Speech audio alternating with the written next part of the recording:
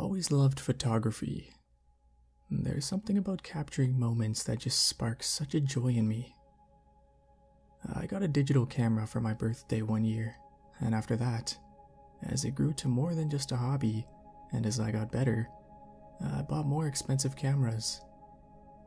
I'd wanted a Polaroid camera for a long time.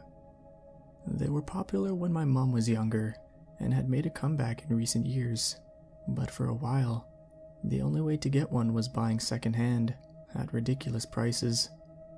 So, you can imagine my delight when one evening, whilst visiting my parents' house, I found one in the attic. I'd gone up to look for some books I'd had as a child, but instead found it in an unlabeled box next to my old stuff. I went to ask my mom about it. She was standing in the kitchen, washing dishes after a delicious dinner. I asked her about the camera, but she had no idea where it came from. It hadn't been hers. Her best guess was that it might have been one of my grandparents', though she could not recall having ever seen it. "Maybe it's your dad's?" she suggested. My father was gone for work, so I was unable to ask him. "No one is using it, so I don't see a problem if you want it." I was giddy with excitement. An actual vintage Polaroid camera, and I wouldn't have to spend hundreds of dollars on it. "Though I suppose it doesn't have any film, and finding more might be difficult," she said, breaking me out of my thoughts. I grinned at her. Only one way to find out. I held up the camera. My parents' dog Sherlock waddled into the kitchen, and my mother called her to her. She made Sherlock sit next to her and smiled at the camera, and I snapped a picture. Something whirred in it. For a moment, nothing happened. I was about to speak when a sheet of paper slowly made its way out of the slit in the camera. I took it out and shook it. Not sure why, but they did it in movies, so it couldn't hurt, right? Slowly, the picture became clearer. There was my mom, Sherlock looking lovingly up at my mom, the kitchen, sink, cupboards, and the living room closed door behind her. I didn't know what, but something about it felt a little off. I concluded with it being that the camera was so old, and thus the pictures would look and feel different from modern cameras. I showed it to her. "Now, you hang that on your fridge when you come home, so maybe you won't take so long to visit us again," she told me, patting Sherlock on the head. The next day, I went outside to take some pictures around the town. I discovered an abandoned house which I thought would be a cool location for some pictures. I brought all my camera gear, lenses and lighting, and drove to the house. The house was almost falling apart. From what I could find, it hadn't been used since the war, and though I knew nothing about houses, I'd guess it was even older than that. I checked the door, but it was locked. Figures, though it would have been cool to get some photos from the inside and out into the woods. Oh well. I spent a couple hours doing so, loading everything back into the car when I saw the Polaroid camera in the back seat, where I had forgotten it the night before. I grabbed it and turned towards the house. Maybe I could come back tomorrow when the lighting was different, and get a picture of me holding the Polaroid, lining it up with the house. It would be a very stereotypical photo, but still, wouldn't matter as long as I liked it. I snapped a photo with the Polaroid, hoping it wasn't too dark outside. Wouldn't want to waste another picture. It whirred out and spat out a photo. I glanced at it. It looked alright. I could probably work with this. I sat in the car and drove back home. When I got home, I ate dinner and then got to work on editing the photos. My cat Watson was, like always, at his cuddliest at the times I was working. I lifted him up and dropped him outside my office door and closed it, feeling a bit guilty. After a couple of hours, I decided to take a picture of the Polaroid picture, to see how it might look if I worked with it tomorrow. I rigged up a camera and took the picture and moved the photo from the memory card. I was experimenting with trying to get the Polaroid to match up exactly with the house, which didn't work, as the lens on my camera warped the house a bit. I'll try a different lens tomorrow. Then I noticed something. The door on the Polaroid was slightly open. I checked the other photo. Closed. Huh, that's strange.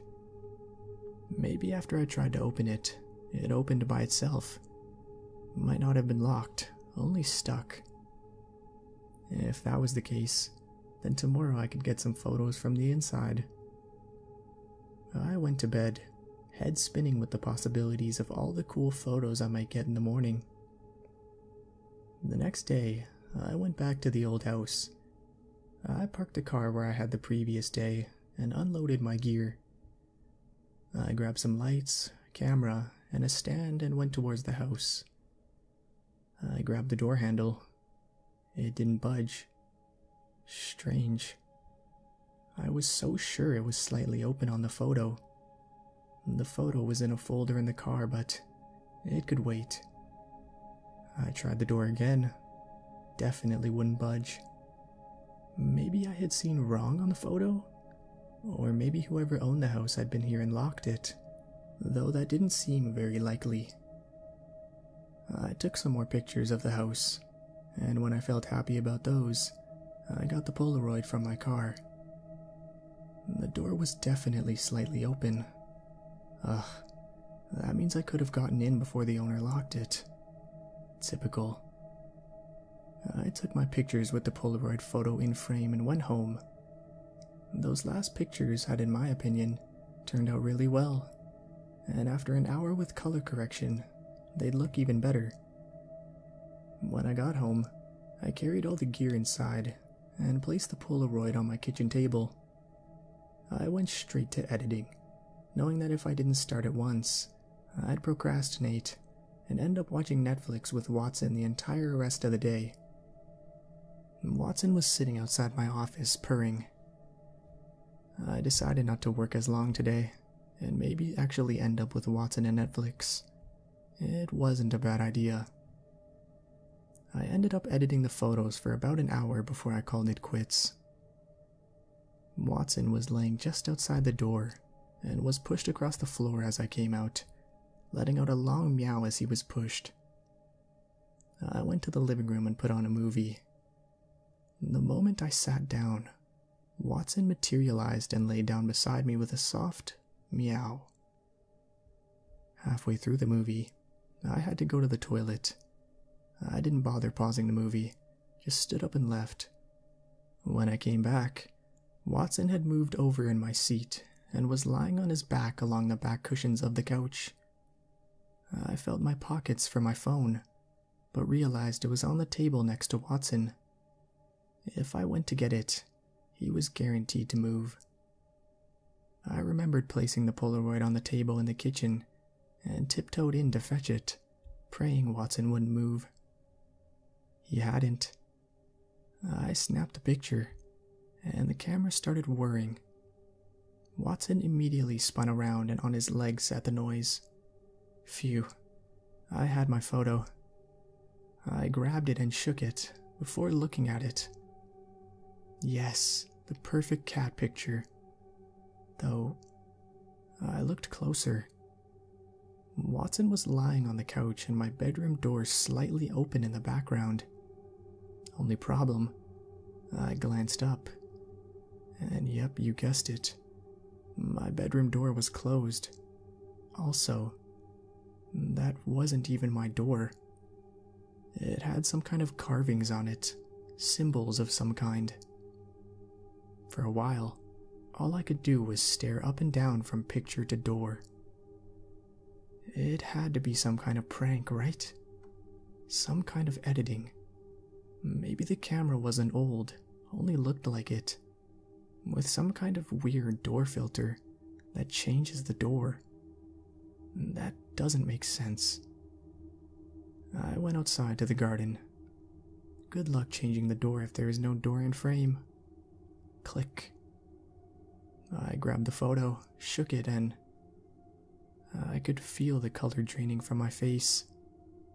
There, on the photo, in the middle of my garden, was a door. Even more open, but now I noticed there was something in the doorframe. A shadowy figure, long fingers curling around the door. It was slightly blurry, as if I had been shaking the camera while taking the picture, or holding it with a long exposure. But the rest of the picture looked fine. I went back inside. Watson glanced uninterested at me, before going back to his yoga position, leg up, face to butthole. I picked up the picture I had taken of Watson. Now that I was aware of it, I could see the same figure, though the door was even more closed in this one. What about the other pictures? I placed the Polaroid down on the living room table and almost ran into the office, throwing papers to the ground, searching for the picture on the house. There. I looked at it. The door was smaller, as I had been standing a bit from the house, trying to get all of it in frame, but there was no mistaking it. The same door, with the same weird symbols, even more closed. If I squinted, I thought I could see the same long, shadowy fingers clutching the door. I looked at the pictures I'd taken with my normal camera. The door was definitely not the same. One more picture. The first one. The one I took of my mom. I had, as she requested, hung it on my fridge. I went into the kitchen and pulling it off, the magnet clattering to the floor, disappearing under the fridge. Behind my smiling mother and Sherlock was that same door, but completely closed. I studied it closer. It was closed, but the door handle seemed to be pulled down. I placed all the pictures on the table in order. Like a short stop-motion film, they showed the door opening more and more, and this shadowy figure becoming clearer and clearer, closer and closer. One more picture, and it will be able to walk through the door. The thought sent a chill down my spine. What can I do? I contemplated smashing the camera for a moment, but what if that releases whatever's in there? I was staring at the photos in shock when a loud knocking startled me out of my thought. I screamed. It knocked again. "Hey, you home?" someone shouted from the outside. The voice very familiar. Dad. I gathered the photos and went to open the door. Before I opened it, I stuffed the photos into a drawer in the hallway. He hugged me the moment he had a clear line. "Hey, kiddo, missed me?" he asked. I could hear the smile in his voice. I took a deep breath, trying to forget about the photos and act normal. No one would believe it anyways. "Can't breathe, Dad." He let go but held onto my arms and looked at me. "You okay? You look a bit shaken up." Yeah, I wasn't expecting anyone, so your knocking scared me." It was technically true. "Why don't you come in?" I asked, trying to seem normal. He luckily wasn't as observant as Mom and followed me inside.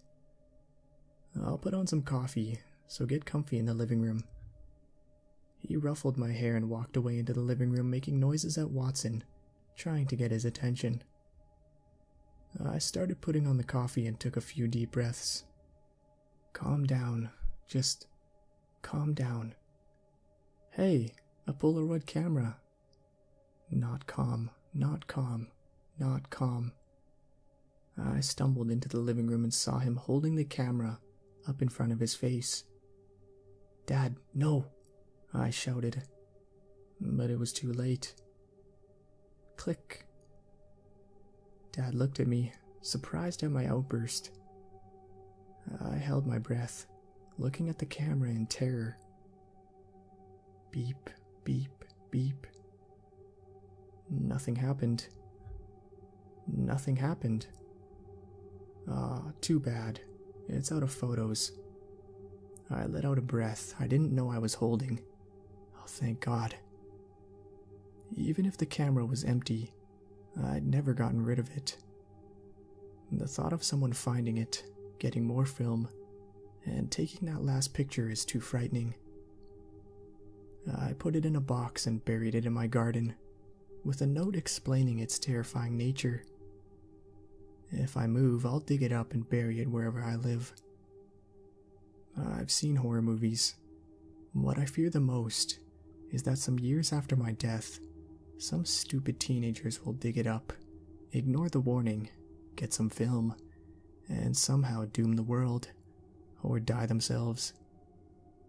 It kept me up at night, knowing that I could potentially have somehow released this, whatever it was, into the world, and that someone might in the future. And then, I'm also scared that this door really exists somewhere. That somewhere, someone is able to open it and might do so. Maybe nothing will happen. Maybe whoever opens it dies. Maybe this entity will search for the camera. Search for me. The uncertainty is eating away at me. How can I know if it is in the camera, or if it is out there somewhere, waiting for someone to open the door?